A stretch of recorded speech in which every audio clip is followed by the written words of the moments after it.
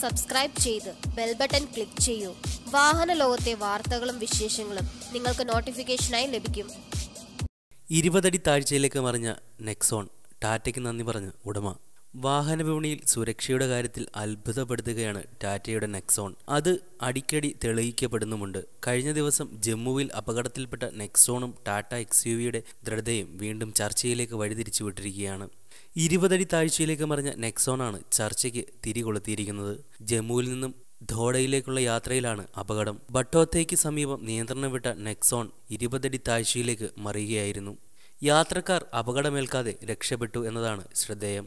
കാറിനും കാര്യമായ കേടുപാടുകൾ സംഭവിച്ചിട്ടില്ല. കാറിൻ്റെ ഉടമ സന്ദീർ ഷാ തന്നെയാണ് ചിത്രം സഹിതം സോഷ്യൽ മീഡിയയിൽ പങ്കുവച്ചത്. കീഴ്മേൽ മറിഞ്ഞ നിലയിലാണ് നെക്സോൺ. വീഴ്ചയിൽ മുന്നിലെയും പിന്നിലെയും വിൻഷീൽഡുകൾ ചിതറിയിട്ടുമുണ്ട്. വീഴ്ചയുടെ ആഘാതത്തെ മേൽക്കൂര ഫലപ്രദമായി ചേർത്തിട്ടുണ്ടെന്ന് ചിത്രങ്ങൾ വളരെ വ്യക്തമാക്കുന്നു. ഇതുതന്നെയാണ് യാത്രക്കാരെ അപകടത്തിൽ നിന്ന് രക്ഷിച്ചതും.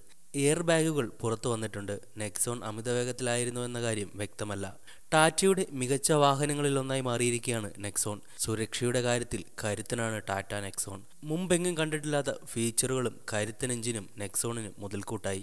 കഴിഞ്ഞ സെപ്റ്റംബറിലാണ് നെക്സോൺ വിപണിയിലെത്തിയത്. നേരത്തെയും നെക്സോൺ സമാനമായ രീതിയിൽ അപകടത്തിൽപ്പെട്ടെങ്കിലും യാത്രക്കാർ സുരക്ഷിതരായിരുന്നു.